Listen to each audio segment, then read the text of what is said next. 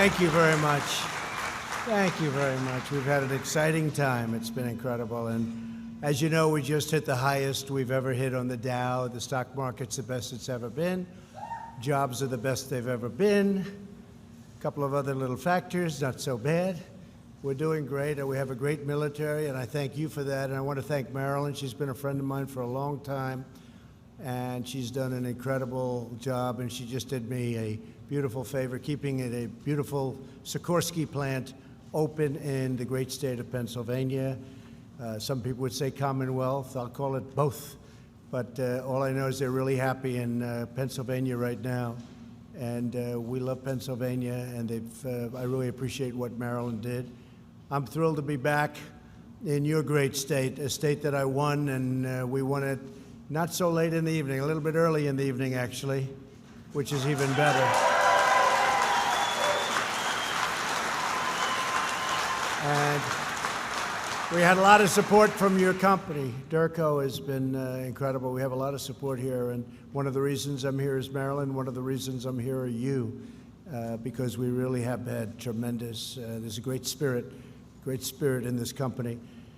We're here today to celebrate the triumphant return of American manufacturing. You know what they said, it was going to be gone, but it's not gone. It's really thriving, and it's starting to build up at a level that nobody thought was possible. Everything we're doing to keep the assembly lines rolling full speed ahead, that's being done, and we're doing it right. We're proudly defending our most important national resource, the American worker. That's what it is. It's pretty amazing how the American worker has just really, there's nobody like our American worker. We're glad to be joined today by Secretary Wilbur Ross. Where's Wilbur? Wilbur, how are you? Thank you. Thank you, Wilbur. Great job. A friend of mine and somebody who's very, very tough and very, very smart, Senator Ron Johnson. Ron, thank you.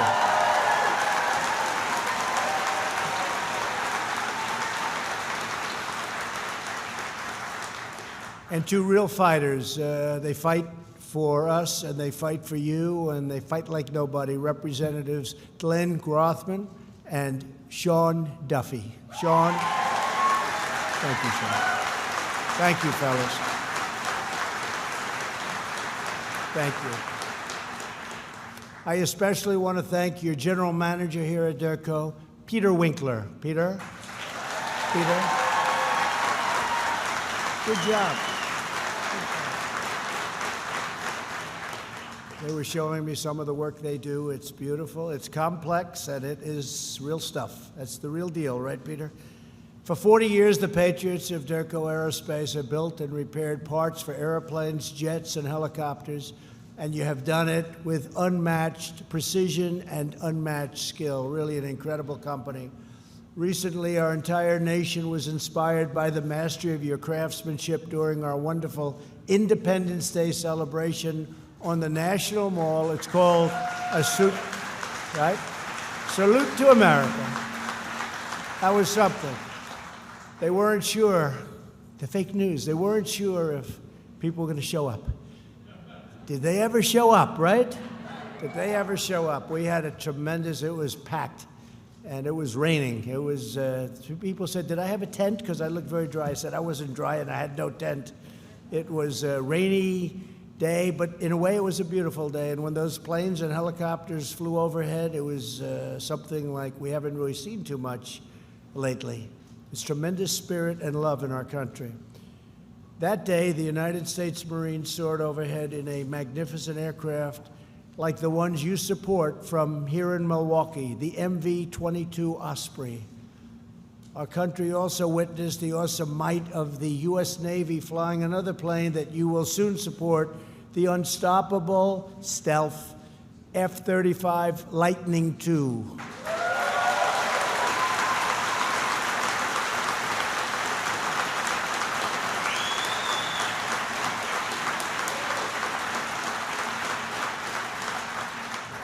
I get to meet a lot of pilots. I once said to one of the pilots, he looked like central casting. He looked like Tom Cruise, but maybe better. A little taller and a little stronger.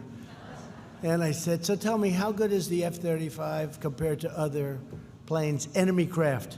He said, well, they have a problem. They can't see it. I said, that sounds good to me, not knowing too much about it. That sounds good. But he said, there's nothing like it. And I remembered that was a long time ago now, toward the beginning.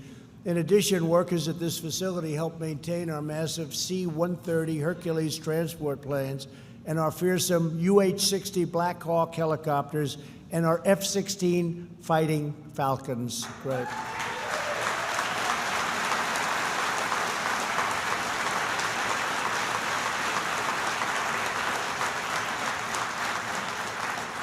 Pretty busy. What do you do in your spare time, by the way? It's a lot of work. With the help of 280-pound Americans at DERCO, and you know what I mean, the USA truly has the best aircraft, flown the best pilots, and we have the greatest pilots in the world. They fly they are pilots like no other. Made and maintained the best workers anywhere in the world, and I'm excited to hear that thanks to your new responsibilities for the F-35, your company will be expanding its workforce by 15%. Is that right, Marilyn? Wow. That's good.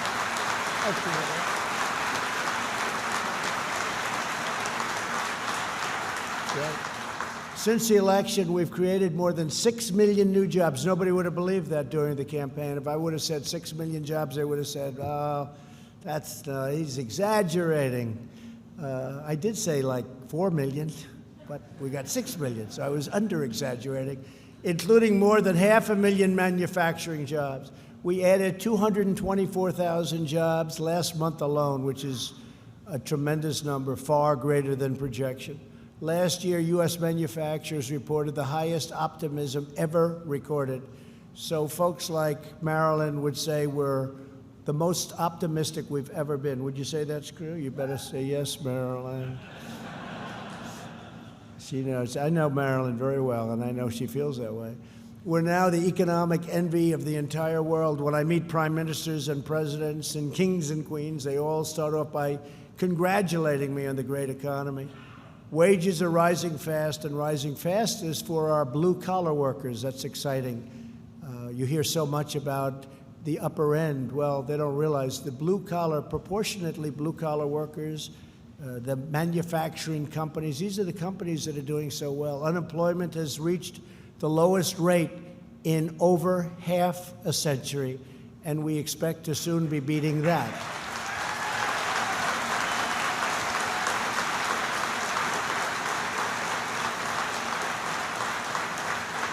African American, Asian American, and Hispanic American unemployment have reached their lowest levels ever in the history of our country. And right here in Wisconsin, the unemployment rate is just 2.8%, among the very lowest in the country. It's a great state. It's a fantastic state. So, doing some phenomenal work.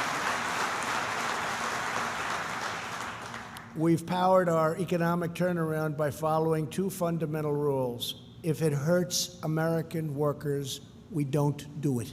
It's very simple. And if it helps American workers, we definitely do it, and we do it quickly. It's very simple.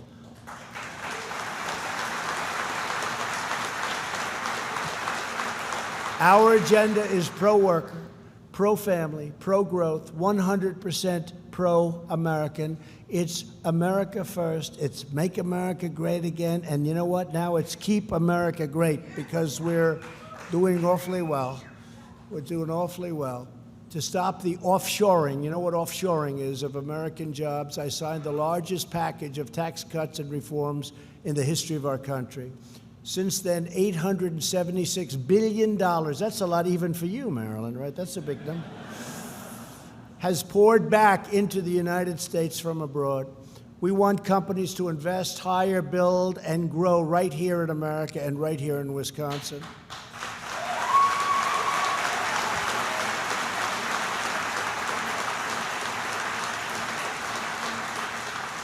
We cut a record number of job-killing regulations, which will give the average household an extra $3,000 each year. So each year, the average household, and you all see it, you all feel it, will get an average of $3,000. That's a lot. That's the biggest tax cut we've ever had in this country. And by the way, I see the Democrat platform, they want to raise your taxes. I don't think that, I don't know.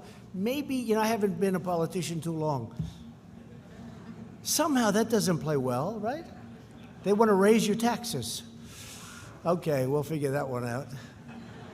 We launched an American energy revolution. The United States is now the #1 producer of oil and natural gas anywhere in the world, and it's not even close.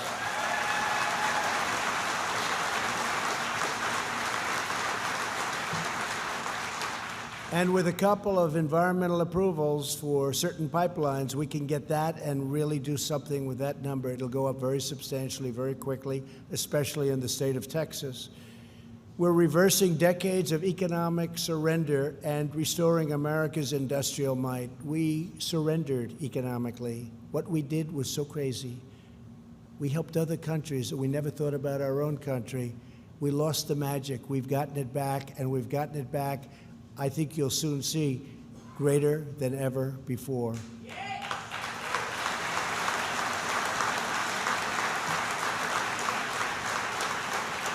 And your executives know this. Companies are pouring back into our nation. Automobile companies from Japan and other nations are pouring back in. Many of the great auto companies are coming back into Michigan. They're coming back into Pennsylvania, Ohio, Florida, North Carolina. You have not so many jobs left. We have to get some more workers over here, I think, Maryland. We have to do something. But we have automobile companies and other companies pouring back in. And you had the greatest year you've ever had in the history of this state. This is a great state, but you had your best economic year that you've ever had, so that's great. Our nation was made of vibrant and strong, and it's got to be the most powerful, the best. It really was made with American manufacturing. And you know that a previous administration said, manufacturing's gone, you're going to have to take a magic wand to bring it back. Well, that was wrong. The previous administration, they allowed foreign nations to plunder our wealth and to pillage our factories. They sold out our workers and they hollowed out our industrial heartland. But those days are over. And I have to tell you, it's not just the previous administration. It's been many administrations, in all fairness to President Obama. It's been many administrations. They allowed it to happen. They allowed our factories to close, our workers really to not have jobs. We created jobs for other places, for other nations, and we sacrificed so many, 60,000 plants, millions and millions of jobs were lost during, I call them the stupid years, but now we're back into the really smart years. We had the smart years, now we're the really smart years. They were the stupid years. What they were doing was incredible. NAFTA, one of the world's worst trade deals ever. I know a couple of others, we've been involved in them too. World Trade Organization, that's a beauty. You don't know as much about that, but NAFTA was a disaster for this country, and we're going to be replacing that very soon, hopefully with the USMCA, and that's going to be something really special. It's going to keep jobs. One of the things I said to start off, I don't want people leaving this country, meaning companies. I don't want to incentivize companies to leave, fire their people, build product, sell the product over in our country, no tax whatsoever. So we end up with no jobs, no factories, no taxes, no nothing. It's not going to happen anymore, and it can't happen under our new agreement.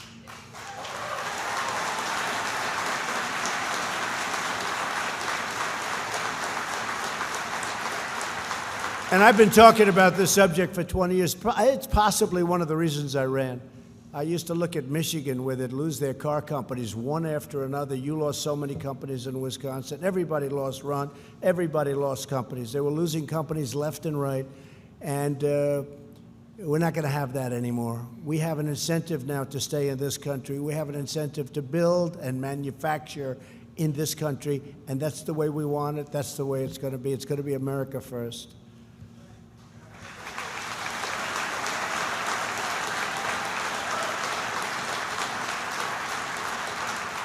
After years of rebuilding foreign nations, we are finally rebuilding our nations. It's as simple as that. We've built other nations. We focused on other people's borders. We'd fight for other borders, but we don't fight for our own border. We have open borders, and they had our military men protecting their borders. Figure that one out. But it's all changing, and it's changing very rapidly, and we're doing really well right now. Mexico has 21,000 troops on the border, guarding our border. Our laws are so bad, our military can't do a damn thing. We have the greatest military in the world. But between catch and release, we catch them and we release them. Think of it. We catch them, take a little number, come back in 3-4 years.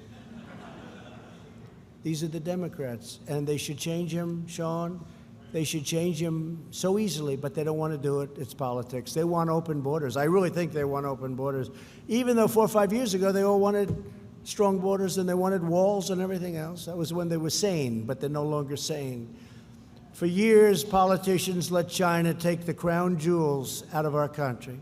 My administration has taken the toughest ever stance to stop these incredible abuses. As a candidate for president, I also promised to replace the disaster known as NAFTA. Since NAFTA's adoption, the United States was losing jobs and losing plants like nobody's ever lost before. Almost 1 in 5 auto jobs were lost due to NAFTA, and I think that's a wrong number. I think it's worse than that.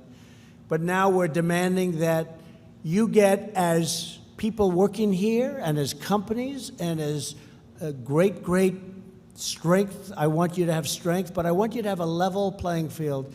Because when you have a level playing field, nobody can beat you. You didn't have a level playing field. You had a playing field that was like this, and you had to go uphill. That's why we're replacing NAFTA with the brand new U.S.-Mexico-Canada agreement. The USMCA will be the most modern, cutting-edge trade agreement in history, with the strongest protections for the American worker ever put in any trade agreement. And that was the single most important thing to me.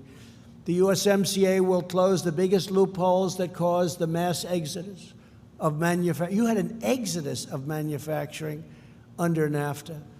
By ratifying the USMCA, Mexico is now committed to be the toughest and have the toughest labor provisions, the highest environmental standards, and the most comprehensive enforcement provisions ever implemented in a trade agreement, ever.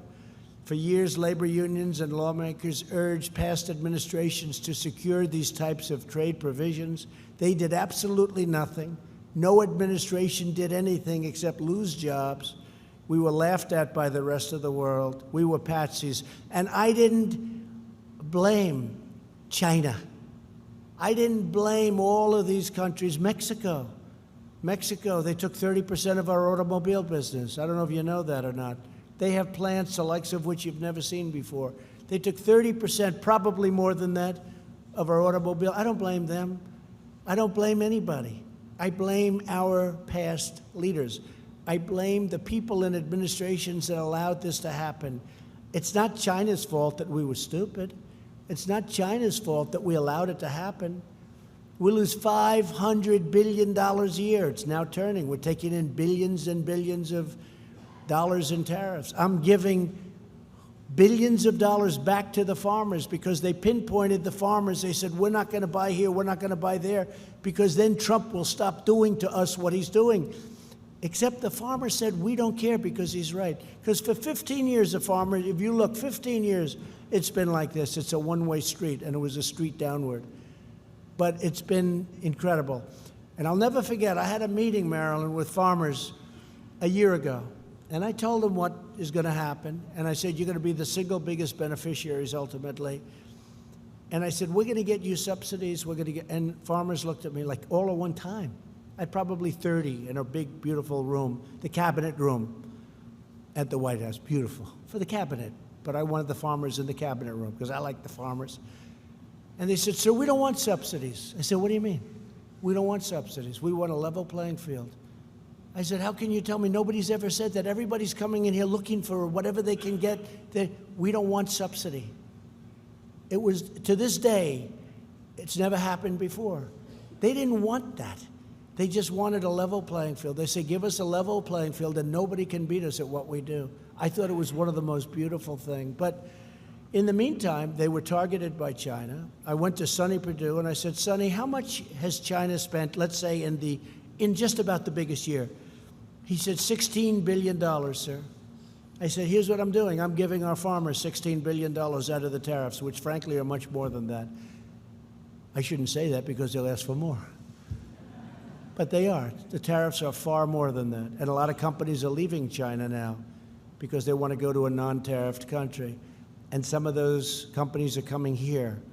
It's been incredible. We're taking in billions and billions of dollars, and I'm giving our farmers a chunk because they were targeted. These are great American patriots. And I'll tell you, I didn't see anybody. You know, they go and they do these focus groups on television, even on the real fakers on television, where you think it would be the farmers' world. No, it's not like things are perfect, but we're with our president. But now things are pretty good because we are doing $16 billion, and that was the most that China ever purchased. And some of the farmers are really doing well. I think they're really starting. We're over the hump. We're doing really well. And in the meantime, our government has billions of dollars of money pouring in, and that money is paid for by China through reducing, if you take a look, what they're doing is they're playing around with their monetary policy to a level like nobody's ever seen before. We're not paying, and they're also pumping out cash into their system. And China's paying. Our people are not paying. Now, other countries, it's a little bit different. China's China. But they're doing things in order to make sure that they keep those jobs in China. But they're losing a lot of companies, and some of those companies are coming here because we get it done. We know how to get it done. I know how to win. We win. Marilyn knows how to win. This company knows how to win. The job you've done is incredible at this company. That's why I'm glad I'm here. The USMCA is vital to the future of the American automobile industry. Under NAFTA, foreign companies could manufacture thousands of their parts overseas, ship them to Mexico and Canada for assembly, and send their foreign-made cars right into the United States tax-free. You knew about that, Mr. Manager, right? Tax-free. That doesn't work too well, right? Wouldn't you say they should have ended that about 20 years ago? With the USMCA, we have declared no more of that nonsense. We're not letting it happen. 75% of every automobile under the deal must be made in North America, and we're requiring a large portion to be made by high-wage labor, which means American labor, because you were competing against people that, frankly, were they were getting slightly less money than you do. Am I trying to be nice when I say that? Does anybody object to hearing that? They were getting slightly less, like about 20% of what you get.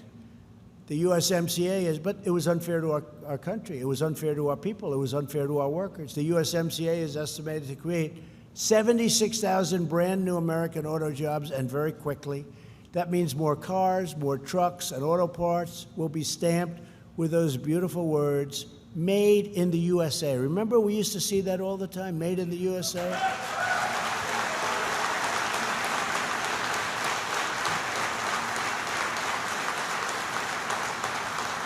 Maybe we could start stamping here. We'll start right here, made in the USA. People love it. People love it. I remember, I used to see it all over, made in the USA or made in America. But maybe we should, would take you about, with your geniuses here, they could have that stamped on parts in about 2 seconds, right? He's looking, he said, I wonder if that's going to cost us any money to do that. Not much. Not much. It's all part of the whole deal. But made in the USA. The USMCA is also a tremendous victory for, in particular, farmers, because we have had such support. To help dairy farmers right here in Wisconsin, the USMCA stops unfair trade barriers from Canada. People love Canada. I love Canada. But there were a few countries that took advantage of us more than Canada. They were charging us tariffs of 297%. They wanted to keep it under 300 because it sounded better. 297%. Nobody knew that. The farmers knew that. They knew it very well, because essentially what they're doing is they're saying you can't sell your product in Canada because the tariff was so high. You couldn't sell it in Canada. Under our trade agreement, we will see significant increases in exports of Wisconsin agriculture, supporting jobs throughout the state. It's going to have a tremendous impact on your agriculture and on your manufacturing. Once fully implemented, the USMCA will bring up to 600,000 jobs to our shores, and it's probably going to be well over 1.2 million jobs.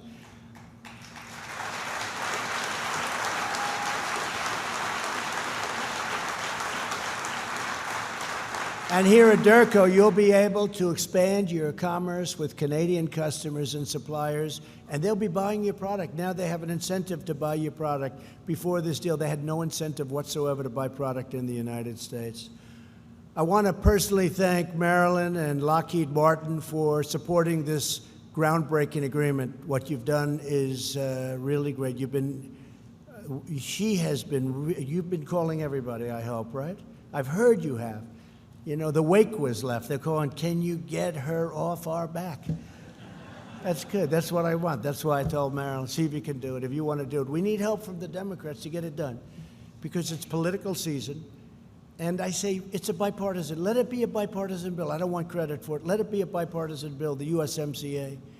For years, members of Congress have demanded a replacement for NAFTA. Now they finally have the best replacement that they could ever even imagine. The farmers can't believe it. The manufacturers can't believe it. Even Maryland, the unions can't believe it. It's good for everybody.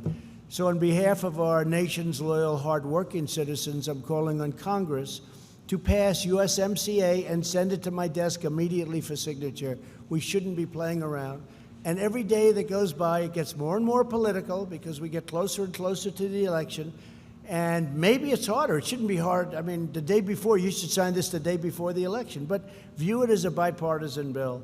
And it shows that Congress is doing something other than wasting time on the witch hunt and the nonsense that they work so hard at. They work so hard. If they worked 1/100th as hard on immigration, it would be solved in about 15 minutes. Just a waste of time. Amazing.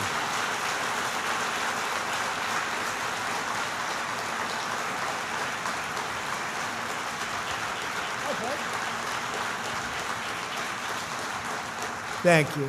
To ensure that all citizens can thrive, the modern economy as we know it, and it's really gotten modern, we also launched the Pledge to America's Workers. I'm thrilled that Lockheed Martin has committed to providing apprenticeships and workforce development opportunities for 8,000 of our great citizens. Thank you.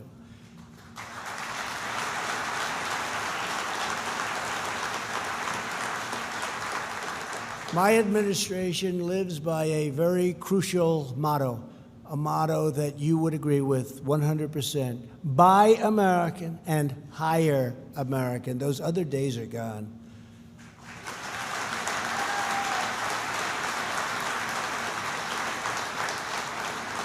So as we restore our economy, we're really restoring our standing in the world. We're respected again. America is respected again, like it hasn't been respected in many, many years. We were laughed at.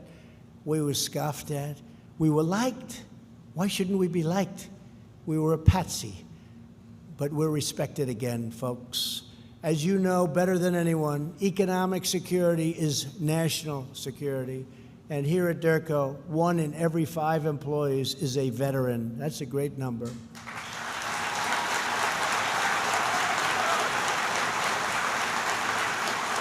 Great number.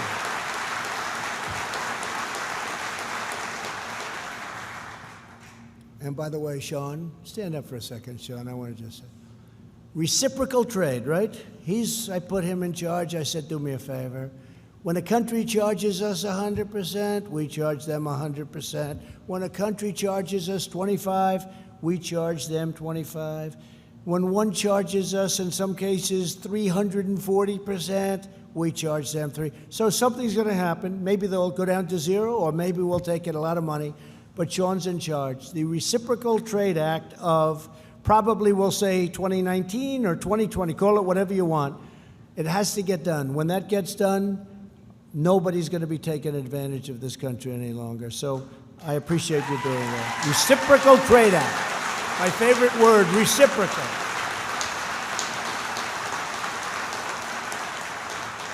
It's my favorite word, reciprocal.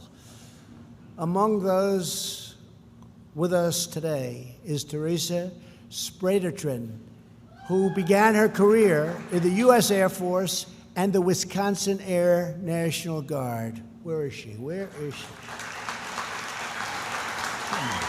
Come on up here. Come up. Come on.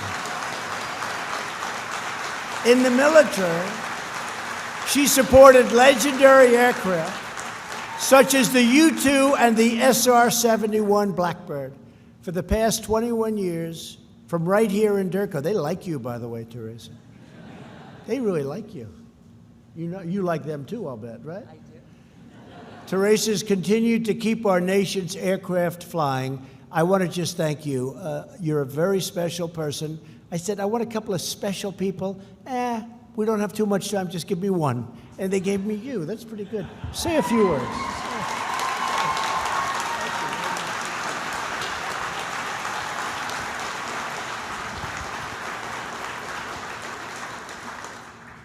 Thank you, Mr. President, for this opportunity. When I joined the Air Force after high school, I never imagined where this journey would take me. It has been amazing. One of the many things that I enjoy about being a part of Derco and Lockheed Martin is that I get to work alongside the most talented people in the aviation industry, such as yourself.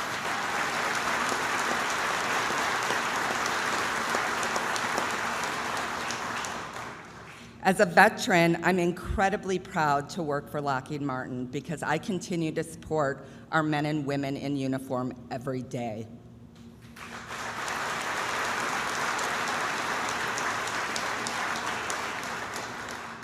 Thank you, Mr. President, for your steadfast support of our military.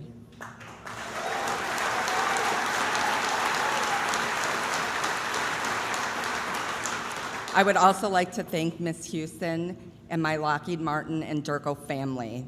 Most importantly, I would like to thank my husband for taking this journey with me and for his service to our country as a military retiree.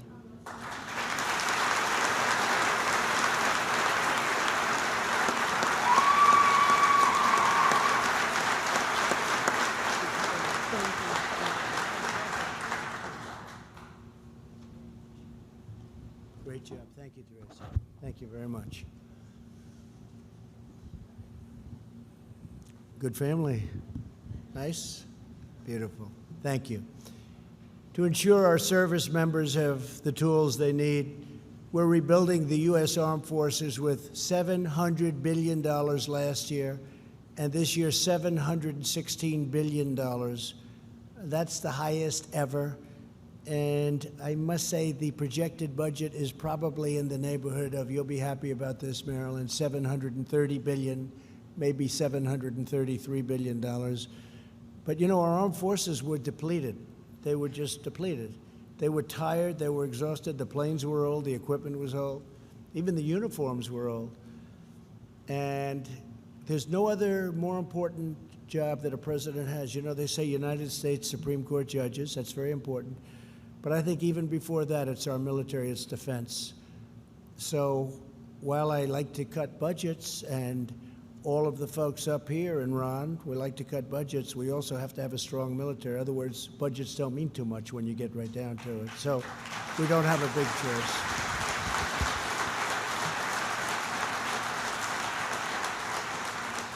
So our commitment to our defense industrial base is creating jobs for Wisconsin workers in Milwaukee, Oshkosh, and all across this wonderful state.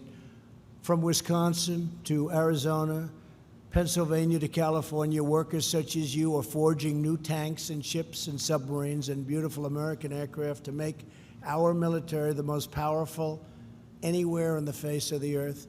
Our military now is new. We have new planes, we have new ships, we have many ships being built, many submarines being built, submarines like nobody's ever seen before, and other things. Men and women like you make this country run, you make this country proud, you make this country great. You keep our lanes of commerce flowing, our communities thriving, and our great American flag flying high. The magnificent red, white, and blue flies high.